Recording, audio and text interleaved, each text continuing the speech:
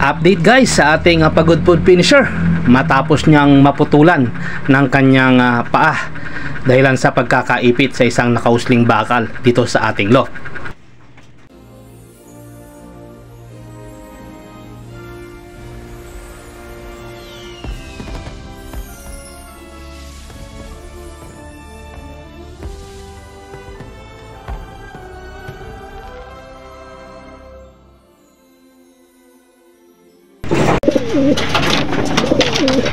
Guys, medyo mayabang na talaga ang ating pagod food finisher at okay na siya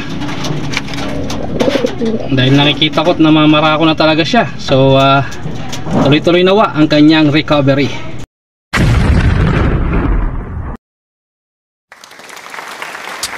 Update tayo guys sa ating mga nadisgrasyang ibon.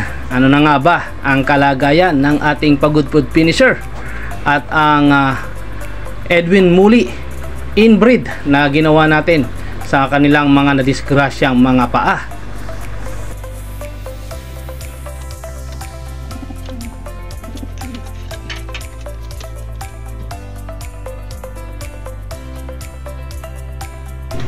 So guys, okay na ang ating pagod food finisher at mayabang na nga siya sa kabila ng pagiging putol ng kanyang paa.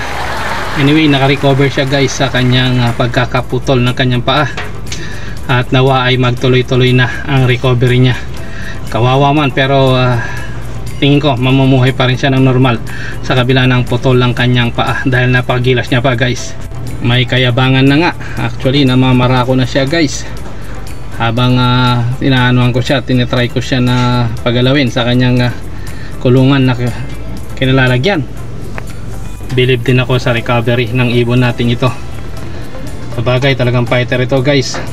Minsan niya na akong inuwian, nawakwak ang kanyang dibdib. Wow! Dahilan din siguro ng pagkakapalkon niya.